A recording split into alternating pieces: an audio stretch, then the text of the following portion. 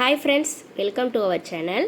நம்ம இன்றைக்கி ஒரு ஸ்வீட் ரெசிபி செய்ய போகிறோம். அது என்ன அப்படின்னா ரவை லட்டு தான் செய்ய போகிறோம். வாங்க எப்படி செய்கிறதுன்னு பார்க்கலாம்.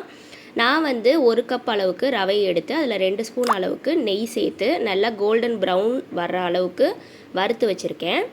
முந்திரி பாதாம் ரெண்டையும் நான் சின்ன சின்னதாக கட் பண்ணி அதையும் நெய்யில் வறுத்து வச்சுருக்கேன்.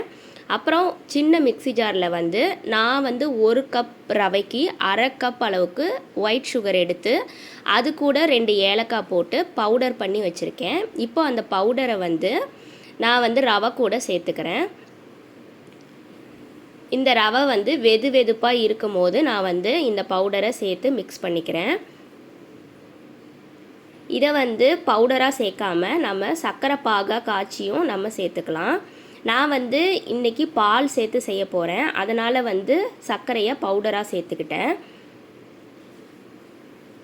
இதை ஃபஸ்ட்டு நல்லா மிக்ஸ் பண்ணிவிட்டு பால் காய்ச்சின பால் அதுவும் வெது வெதுன்னு இருக்கும்போது நான் சேர்த்துக்கிறேன். எந்த அளவுக்கு நமக்கு வேணுமோ அந்த அளவுக்கு நான் சேர்த்துக்கிறேன்.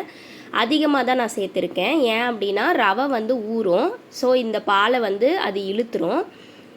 இந்த மாதிரி பாலை அந்த ரவை கூட சேர்த்துட்டு நல்லா மிக்ஸ் பண்ணி விட்டு ஒரு 5 மினிட்ஸ் அப்படியே விட்டுட்டு அதுக்கப்புறம் நம்ம உருண்டை பிடிக்க ஆரம்பிக்கலாம். இல்லை உடனே உங்களுக்கு உருண்டை வேணும் அப்படின்னா நீங்கள் இதை அடுப்பில் மீடியம் ஃப்ளேமில் வச்சு நல்லா கிளறி விட்டீங்க அப்படின்னா சீக்கிரமாக இது கெட்டியாயிரும்.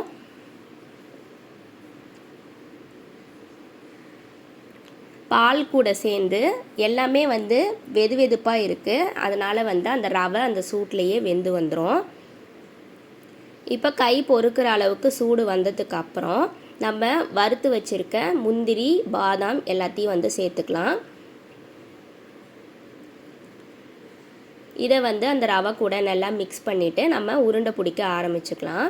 இது ரொம்பவே ஈஸி தான் ரவை லட்டு. நான் சொன்ன மாதிரி சர்க்கரை பாகுலையும் செய்யலாம். இந்த மாதிரி பவுடராக ஆட் பண்ணி பால்லையும் செஞ்சுக்கலாம். ஒரு 10 மினிட்ஸ் தான் ஆகும். முழுசாக ஈஸியாக செஞ்சு கொடுக்கலாம்.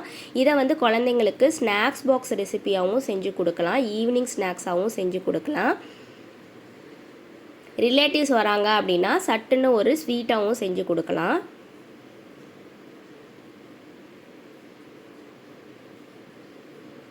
ரவை உருண்டையை பொறுத்த வரைக்கும் கொஞ்சம் இந்த மாதிரி ஈரப்பதம் அதிகமாக இருக்க மாதிரி உருட்டிக்கணும். அப்போ தான் அந்த ரவை வெந்து வரும்போது ரொம்ப ஹார்டாகாமல் சாஃப்டாக இருக்கும்.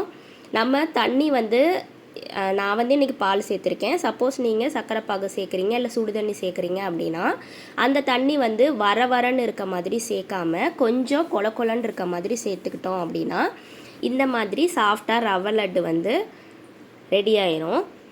இந்த வீடியோ உங்களுக்கு பிடிச்சிருந்தது அப்படின்னா உங்களோட ஃப்ரெண்ட்ஸ்க்கும் ஷேர் பண்ணுங்கள். நம்ம சேனலை சப்ஸ்கிரைப் பண்ணாமல் வீடியோ பார்த்துட்ருக்கீங்க அப்படின்னா சப்ஸ்கிரைப் பண்ணிவிட்டு வீடியோ பாருங்கள். தேங்க்யூ.